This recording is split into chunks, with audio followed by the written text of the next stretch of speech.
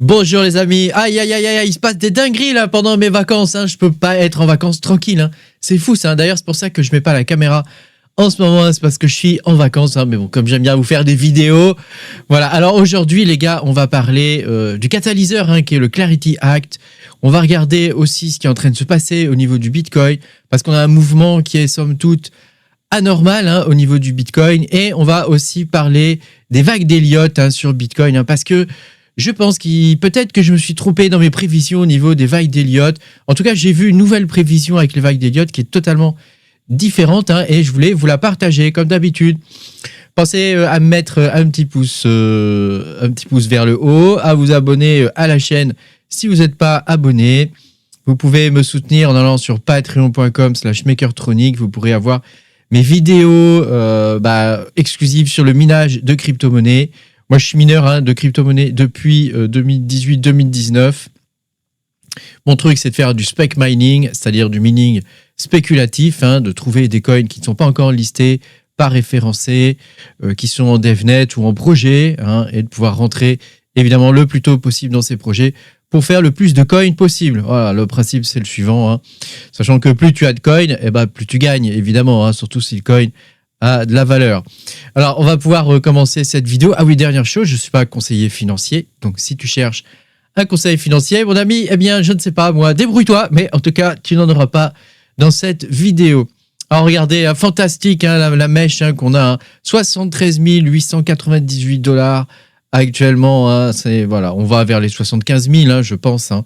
En tout cas, on a une jolie montée de Bitcoin. C'est, ma foi, somme toute, relativement anormal si on le regarde d'un point de vue chartiste. Par contre, si on le regarde d'un point de vue macro, ça commence à prendre tout son sens. On a d'un côté, évidemment, la guerre, hein, qui se passe en Iran, hein, USA, Iran, hein, qui devrait, j'espère, en tout cas pour tous ces gens, hein, malheureux, hein, c'est triste, hein, j'espère en tout cas se régler assez rapidement. Voilà, ça c'est la première chose. Donc on a Bitcoin qui est en train de jouer son rôle de réserve de valeur, parce que rappelle-toi que acheter de l'or c'est très bien, mais il faut l'acheter avant que les événements arrivent. Quand les événements commencent à arriver, c'est plus facile d'aller sur un exchange, d'acheter du Bitcoin, de le mettre sur sa clé et d'être tranquille, tu comprends, hein. Donc ça permet vraiment, Bitcoin est en train de jouer son rôle, hein, de réserve de valeur, à mon sens, hein, en tout cas pour les Iraniens. Voilà. Et puis, il y a un deuxième catalyseur, c'est le fait qu'on a une clarification qui est en train de se faire au niveau du Clarity Act. Alors, le Clarity Act, à mon avis, hein, c'est le prochain gros catalyseur, hein, puisque au-delà du fait qu'on a eu une capitulation par le prix, hein, récemment, on a, en théorie, on devrait avoir aussi une capitulation par le temps, hein, c'est-à-dire essayer d'essouffler le plus possible les investisseurs pendant que les gros accumulent, hein, ce que je t'ai expliqué dans ma vidéo d'hier, hein, mais je t'avais pas expliqué l'histoire de la capitulation par le temps. Mais normalement, on devrait être dans cette phase-là. Or, c'est pas ce qui est en train d'arriver, hein. Donc, tu vois, il est en train de se passer des choses quand même au niveau de Bitcoin. Alors, le Clarity Act, c'est actuellement un des plus grands catalyseurs pour la crypto, en particulier aux États-Unis, hein. C'est un projet de loi, si tu veux, qui vise à structurer véritablement le marché crypto aux États-Unis. Et il est vu vraiment par l'industrie, en particulier l'industrie bancaire, hein, comme le déclencheur potentiel le plus important, en tout cas pour l'année 2026. Hein.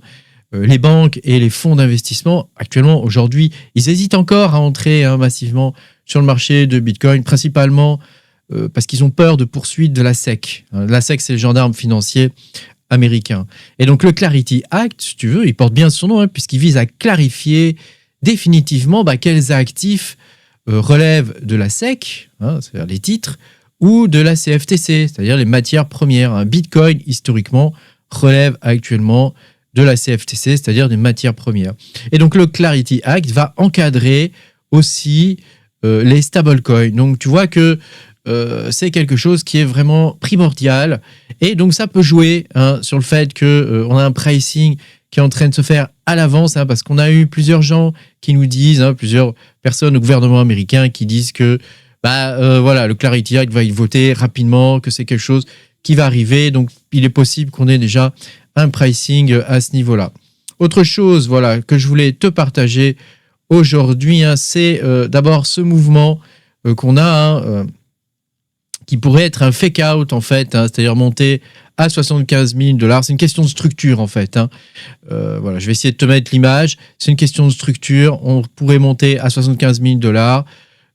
Et puis on pourrait derrière redescendre vers les 57 000, 55 000 $. Hein. Structurellement, c'est quelque chose qui pourrait se faire. Je vais te partager l'image. Hein, je vais essayer de la mettre au bon moment hein, dans la vidéo pour que tu puisses comprendre un peu le principe. Voilà. Mais il y a une deuxième. Ça, c'est vraiment à court terme hein, qu'on pourrait voir ça. Mais à plus ou moins long terme, je voudrais te partager la théorie des vagues d'Elliott. Alors, c'est une théorie qui est adaptable, hein, la théorie des vagues d'Elliott. J'ai envie de dire, pour chaque YouTuber, on va avoir une théorie de la vague d'Elliott différente, hein, quelque part. Hein. Donc moi, je t'avais proposé une première théorie des vagues d'Elliott où, effectivement, Bitcoin allait descendre aux environs de 40 000 $ dans ces eaux-là. Alors, la théorie des vagues d'Elliott, hein, d'abord, il y a le début, hein, donc 0. Ensuite, là, le point 1, 2, 3, 4, 5, hein, qui sont des points ascendants. Hein, donc, ça se fait évidemment en escalier, hein, comme tu peux le voir sur l'image. Et puis, après, on a la baisse, donc ABC. Hein. Mais alors, d'après cette théorie, donc là, c'est une théorie que j'ai fait analyser en fait par des intelligences artificielles financières, les graphiques de Bitcoin et parce qu'en ce moment, je suis beaucoup dans les intelligences artificielles financières. Et il y en a une qui m'a sorti ça et je trouve que le principe est plutôt intéressant. Donc, je voulais te le partager. Donc, on aurait une vague, en fait, qui aurait commencé début 2022, enfin, vers la mi-2022, 2023 plutôt. Hein, on aurait eu le début, puis une vague 1 qui se situerait vers la mi-2023, avec ensuite une baisse, pareil, hein, toujours en 2023. 2024, on aurait eu la vague 3, et puis vague 4 qui débuterait aux environs de l'année 2026, hein, à peu près dans la période où on est actuellement. Alors, est-ce que on va aller faire une vague 5 aux environs de 130, 150 000 $ avec la vague 5, donc c'est avec cette théorie. Hein.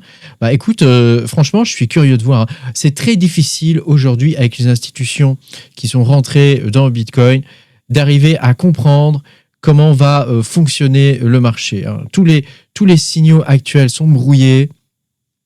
C'est extrêmement difficile d'arriver à comprendre si on est au bottom ou pas. Ou si... alors, il y a des signes, évidemment, qui disent qu'on est au bottom. Mais voilà, on peut trouver des signes un peu pour tout, hein, quelque part. Tout ça, c'est un peu de la pensée magique. Hein. Faut bien dire ce qui est. Hein. On n'est jamais sûr et certain, quand on essaie de faire des prédictions, de s'imaginer quel pourra être le prix du Bitcoin dans quelques temps, bah, de quelle tournure ça va prendre. Hein. En tout cas, une chose est sûre, c'est que voilà, structurellement... il est fort probable qu'on reparte à la baisse. Hein. On atteigne les 75 000 $ et qu'on reparte à la baisse.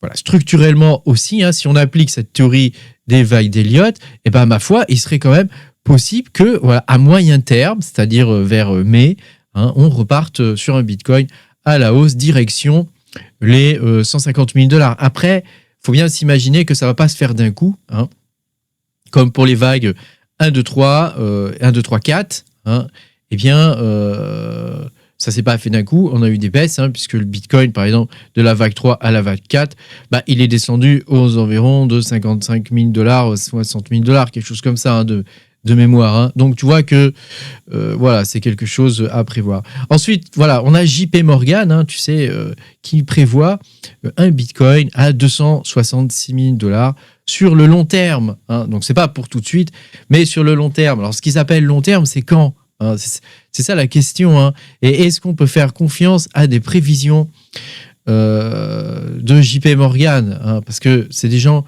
qui jouent beaucoup sur l'or, tu vois, ce genre de choses. Donc bon, est-ce qu'on peut leur faire confiance ? Je ne sais pas. En tout cas, je te donne leur prédiction, hein, puisque tu sais que c'est l'exercice préféré des financiers, hein, de faire des prédictions, d'essayer de deviner le prix du Bitcoin à l'avance. Hein. Ma foi, c'est ce que je fais dans cette vidéo. Hein. Donc bon, en tout cas, on essaie d'y réfléchir de façon construite. Et donc, eux, ils nous prévoient un prix de Bitcoin à 266 000 $. Actuellement, ils anticipent un vote clé sur la régulation crypto d'ici juin. Donc ça pourrait expliquer que on ait des mouvements massifs qui rentrent sur Bitcoin en ce moment aussi, hein, à part évidemment l'Iran. Hein. Mais voilà, toute proportion gardée, on peut s'imaginer que ce projet de loi qui vise à instaurer un cadre réglementaire global, hein, vraiment pour la crypto aux États-Unis, il puisse faire progresser le cours du Bitcoin à la hausse. Alors, nous, en Europe, hein, on a l'inverse qui est en train de se faire, hein, alors qu'aux États-Unis, ils sont en train de déréguler et de clarifier certaines choses. Clarifier, ça ne veut pas dire que ils vont avoir des lois punitives comme on peut avoir en Europe. Hein. Clarifier, ça veut simplement dire que voilà, ils vont mettre un cadre au niveau de l'utilisation des stablecoins, qu'est-ce qui est légal, qu'est-ce qui n'est pas, qu'est-ce qui est bon, qu'est-ce qui n'est pas bon, tu vois, et puis c'est tout. Hein. Alors que nous, en Europe, on a quand même des régulations qui sont des régulations, pas de clarification, qui sont des régulations punitives, sous réserve de vouloir protéger les particuliers. Hein. On a des régulations qui sont extrêmement punitives. Voilà, bon, après, à voir. Hein. Je sais pas si tu as vu, hein, d'ailleurs, hein, ils vont demander un KYC bientôt, hein, quand tu vas te loguer sous Windows, hein, les prochaines versions de Windows, tu vas devoir mettre ta carte d'identité, mon ami. Donc moi, je risque de pas rester sous Windows. Hein. Voilà, ils vont faire la même chose pour Ubuntu. Écoute, hein, j'ai même vu qu'ils essaient de le faire sur FreeBSD. Ça, c'est assez étonnant, hein, s'ils y arrivent. Hein. Voilà, ils menacent, hein, évidemment, via des lois, hein, ils menacent les développeurs, hein, de tous ces produits-là, d'astreinte et de peine, hein, terrible, hein, puisque ça serait de l'ordre de 30 millions de dollars par jour, je crois, un truc comme ça. Enfin voilà, c'est quelque chose qui est complètement ingérable. Hein. Bon, c'est fait exprès, évidemment, pour obliger les entreprises à faire un KYC au niveau de l'OS, carrément, hein, au niveau du système. Donc là, c'est vraiment la fête du slip en ce moment. Donc voilà. Bon, écoute, on verra bien comment ça va se passer. En tout cas, une chose est sûre, c'est que Bitcoin fait plaisir en ce moment. Autant en profiter, les gars. Voilà. Est-ce qu'on va avoir une baisse juste derrière ? Ma foi, structurellement, c'est fortement possible. Est-ce que derrière, on va avoir une reprise, hein, au niveau de Bitcoin ? Ma foi, c'est aussi fortement possible. Hein. Il ne faut pas s'attendre. Moi, je dis, il faut toujours faire l'inverse que ce que tout le monde pense. Tout le monde pense que Bitcoin va aller à 30 000 $. Donc bon, à voir. Hein. Moi, je dis à voir. Seul l'avenir nous le dira. Merci beaucoup d'avoir regardé cette vidéo. Pense à mettre un petit pouce bleu, à t'abonner à la chaîne. Et je te dis à bientôt pour de nouvelles aventures dans le Far West crypto. Ciao, ciao.